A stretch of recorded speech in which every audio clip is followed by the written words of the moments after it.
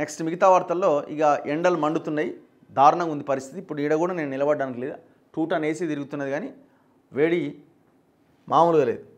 హైదరాబాద్లో రాత్రిళ్ళు సెగలు, వాతావరణం ఒక్కసారిగా లాస్ట్ 2 డేస్ నుంచి మారిపోయింది. శివార్లతో పోలిస్తే నగరంలో భిన్న వాతావరణం, గాలిలో తగ్గుతున్న తేమ శాతం, రెట్టింపైన నిర్మాణాలతో పెరిగిన వేడి తీవ్రత. సిఎస్సి అధ్యయనంలో ఆసక్తికర అంశాలు. హైదరాబాదు అతి త్వరలో ఆల్మోస్ట్ మరో ఢిల్లీ లాగా మారిపోయింది. కొన్ని ప్రాంతాలు అయితే ఈక్వల్ టు ఢిల్లీ. సనత్ నగర్లో ఎయిర్ క్వాలిటీ ఇండెక్స్ 320 ఉన్నది, ఢిల్లీలో 400 ఉన్నది, దరిదాపుల్లో ఉన్నాం. కారణం ఏంటి? మొత్తం కాంక్రీట్ జంగిల్ చేసి పడేసినాం. భూమే కనబడదు మనకి, మొత్తం సిమెంట్ తప్ప ఏం కనబడదు. అటువైపు వెస్ట్ సైడ్ ఉన్న కొండలని, గుట్లని, చెట్లని మొత్తం నరికి అవతల పడేస్తున్నాం మనం. దానికి మనం గొప్ప పేరు పెడుతున్నాం, రియల్ ఎస్టేట్ డెవలప్మెంట్ అభివృద్ధి నమూనా అని పెద్ద ఇది పెడుతున్నాం. ఇటు పోతే 4th సిటీ పెడుతూ ఇప్పుడున్న ఆయన ఈ వెస్ట్ సైడ్ కాదని అటు దుకాణం స్టార్ట్ చేసిండు. ఆడ ఉన్న చెట్లు, గుట్టలు, పొలాలు మొత్తం కాంక్రీట్ జంగిల్ కాబోతున్నాయి. దీన్ని బట్టి మనకు అర్థమవుతున్నది ఏంటి?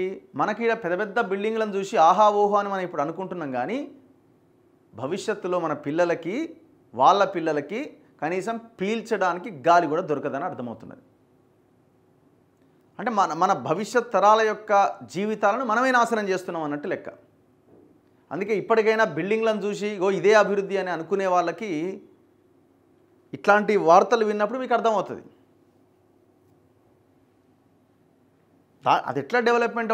అవసరమైతే నగరాన్ని విస్తరించుకుంటూ వెళ్ళాలి, అంతే తప్ప ఉన్న చెట్లన్నరికి, కొండలన్నరికి, గుట్టలన్నరికి వాటిని చీల్చి.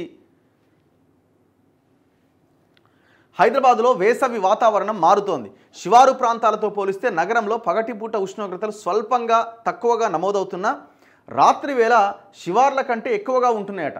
అర్బన్ హీట్ స్ట్రెస్ ట్రాకర్ పేరిట ఒక నివేదికను centre for science and environment ప్రచురించింది.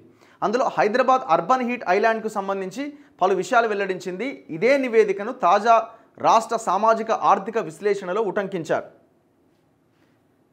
రాష్ట్రంలో మండుతున్న ఎండలు, సాధారణం కన్నా పెరిగిన ఉష్ణోగ్రతలు. ఆదిలాబాద్ జిల్లా నేరడిగొండలో 41 డిగ్రీల నమోదైందట. నేడు, రేపు, ఎల్లుండి మరింత తీవ్రమయ్యే అవకాశం ఉందట. ఇక చూసుకోరు ఎట్లుందో కథ. ఇగో అయితే నగరంలో, అంటే హైదరాబాద్లో ఎందుకు రాత్రి ఉష్ణోగ్రత విపరీతంగా పెరుగుతున్నది? శివారు ప్రాంతాల కంటే ఎక్కువ ఉంటున్నదట. నగరంలో రాత్రి ఉష్ణోగ్రతలు చుట్టుపక్కల ప్రాంతాల కంటే 1.9 డిగ్రీలు ఎక్కువగా ఉంటుంది.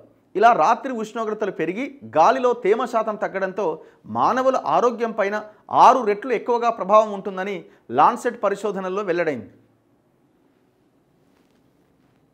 నాసా ఉపగ్రహ చిత్రాల ఆధారంగా గుర్తించిన కీలకమైన అంశాలట. హైదరాబాద్ శివార్లలో పగటి ఉష్ణోగ్రతలు సగటున 36 డిగ్రీలు, రాత్రి వేళల్లో అయితే 23.7 డిగ్రీలుగా నమోదవుతూ ఉన్నాయి. నగరంలో సగటు పగటి ఉష్ణోగ్రతలు 35.3 డిగ్రీలు, రాత్రి వేళల్లో 25.6 డిగ్రీలుగా ఉంటుంది. అంటే హైదరాబాద్ శివారు ప్రాంతాల్లో నైట్ 23.7 ఉంటే కోర్ అర్బన్ హైదరాబాద్ ఏరియాలో 25.6 డిగ్రీలుగా ఉంటుంది. అంటే ఎక్కువగా ఉంటున్నది శివారు ప్రాంతాల కంటే. శివారు ప్రాంతాల్లో రాత్రి ఉష్ణోగ్రతలు 12.3 డిగ్రీల వరకు తగ్గితే సిటీలో మాత్రం 9.7 డిగ్రీలే తగ్గుతోంది. నగరంలో రాత్రి ఉష్ణోగ్రతలు 2001 నుంచి 2010 మధ్య తగ్గిన స్థాయిలో ప్రస్తుతం తగ్గట్లేదు.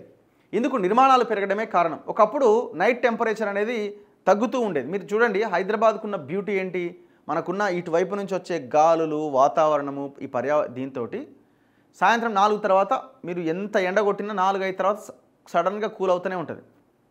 కానీ ఆ పరిస్థితి లేదట. రాను పరిస్థితి తగ్గిపోతున్నది.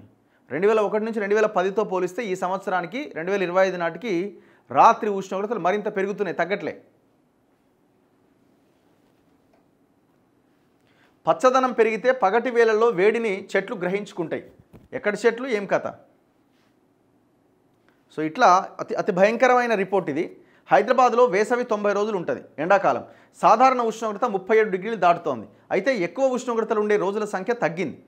2001-2010 మధ్య వేసవిలో 57 రోజుల పాటు 37 డిగ్రీల కంటే ఎక్కువ ఉష్ణోగ్రతలు నమోదవగా 2018-23 మధ్య సగటు వేడి రోజులు 41 రోజులు మాత్రమే ఉన్నాయి. నగరంలో 2001 నుంచి 2010 మధ్య హ్యూమిడిటీ సగటు 55.4% నమోదవగా 2016 నుంచి 60% పైగా ఉన్నది.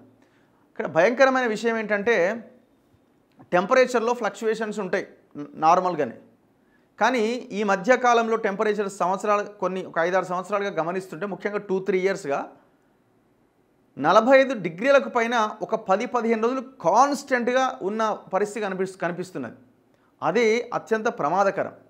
ఒకరోజు 48 ఉండి, ఒకరోజు 45 ఉండి, ఒకరోజు 42 ఇట్లా ఫ్లక్చువేట్ అవుతూ ఉంటుంది. దాంట్లో పెద్దగా ఇబ్బంది లేదు. కానీ ఒకేసారి దాదాపుగా 10 రోజులు కాన్స్టెంట్గా 45 డిగ్రీలకు పైన టెంపరేచర్ కంటిన్యూ అవడం అన్నది అది చాలా ప్రమాదకరమైన స్థాయిలోకి మనం వెళ్తున్నామని తెలియజేస్తున్నది.